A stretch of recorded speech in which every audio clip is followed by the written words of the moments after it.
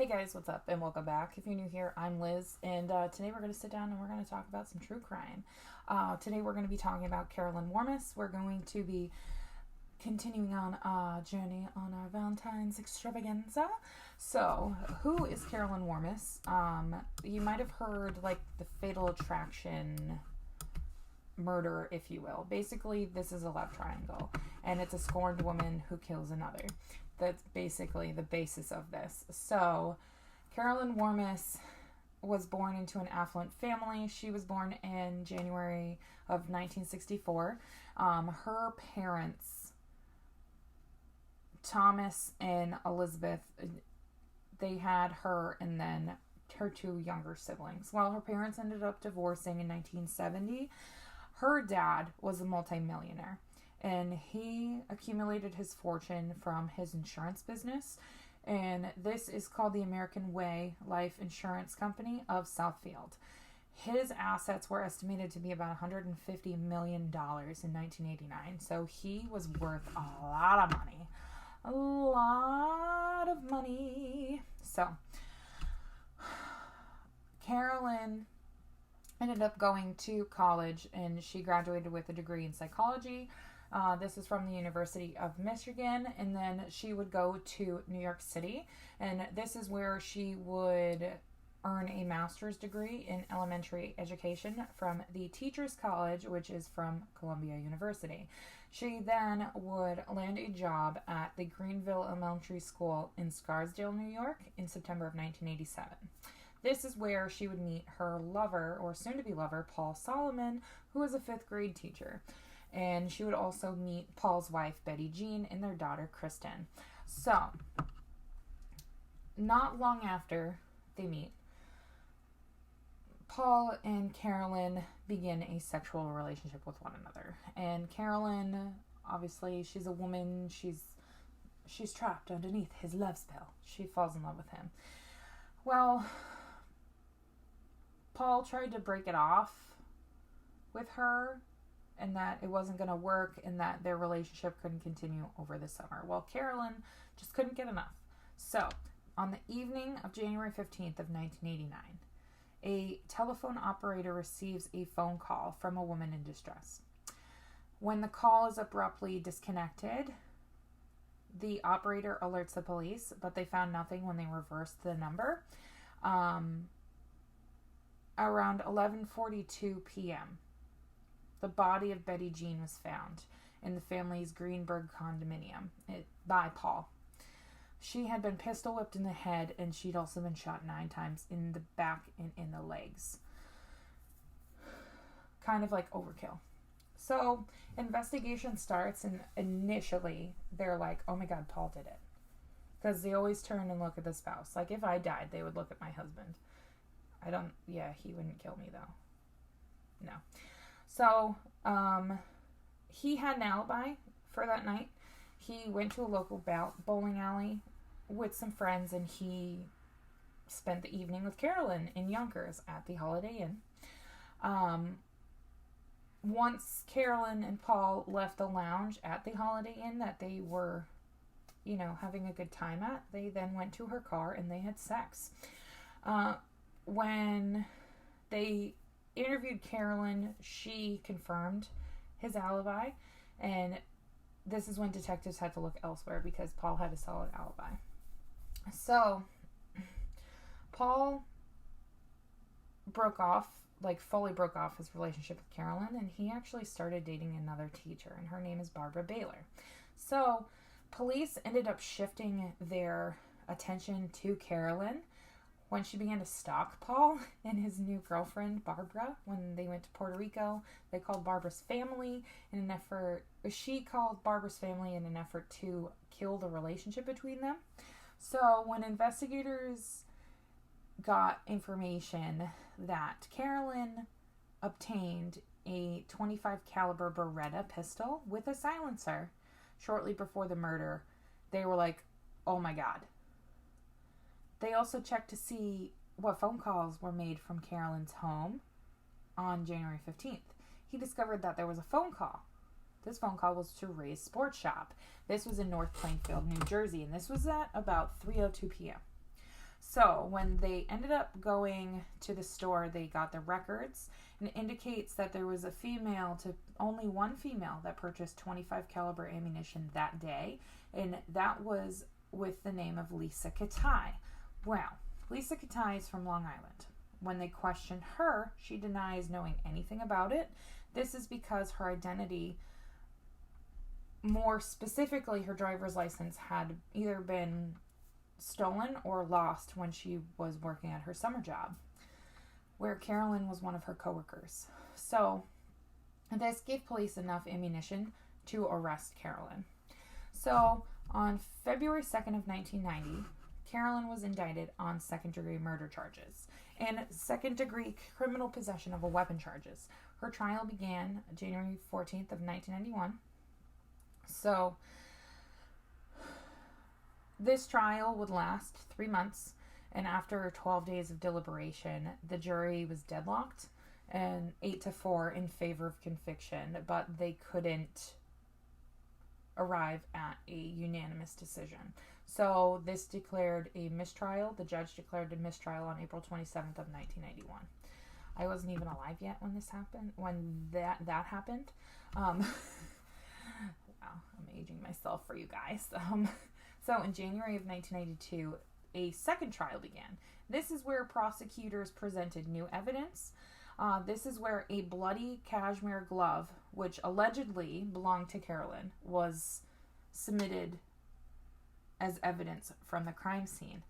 So Carolyn's attorney questioned why the glove, which was found by Paul in the closet between the first and second trial. So he found this in between trials.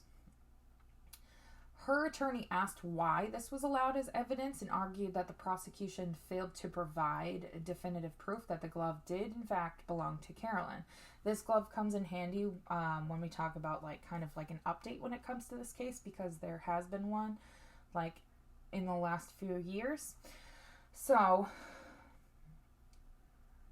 basically, the judge allowed the glove to stand as evidence. The defense continued to say that it was Paul trying to frame Carolyn for the murder.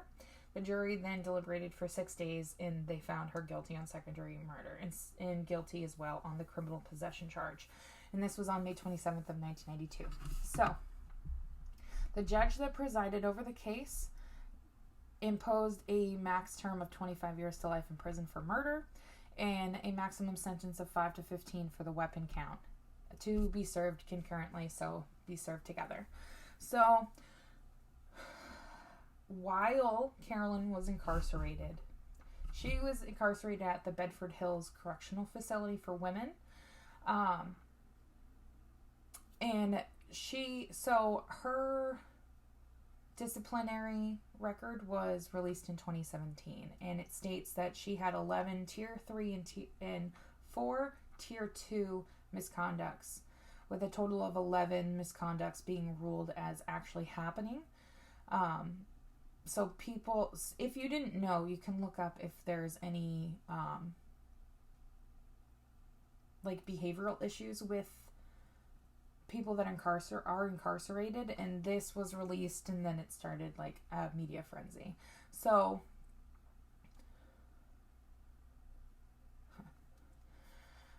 Carolyn had her first parole hearing in 2017 as well, so that's another reason why this was released. She was denied parole. She tried again for parole in 2018. She finally was granted parole in 2019. So, you know how I kind of talked about Pamela Smart, in Pamela Smart's video where I mentioned Carolyn? Well, this is what we're going to talk about. So in 2004, this is when Carolyn filed a lawsuit against the New York State Department of Corrections, claiming that she was sexually abused by prison guards. She stated that she had been raped and forced to trade sexual favors for basic privileges from the correctional officers.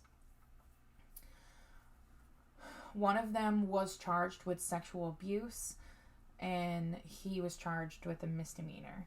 So Carolyn backed her claim by providing a sample of this person in particular. I don't know how she kept this, but she did, and kept it refrigerated. She was able to provide a sample of his semen that she kept refrigerated as evidence that this is what happened. She received basically a settlement payout of $10,000 from the Department of Corrections. As for me, it kind of just looks like hush money, but then again, Carolyn didn't need hush money because her father is a wealthy dude. So no matter if she wanted money or not, I mean, she didn't need it. So, and Pamela Smart was involved in that as well, because Pamela Smart also filed her own lawsuit where she accused correctional officers of sexual abuse as well. Yeah. So, in 2016, Carolyn, she entered court in 2016, and she wanted to argue about legal fees with her former appeals lawyer. Her name is Julie Height, which Carolyn is suing for malpractice, or sued for malpractice. She feels that Height falsely managed her appeal, and in part didn't have DNA tested that has never been tested. And she was seeking a return of about $80,000. And the $80,000 was in fees. In total of what she had to pay for, like, the appeal for her lawyer was about $320,000 in compensation. And according to her current attorney, Mayor Morgan Roth, Carolyn was hoping to get out of prison so she could have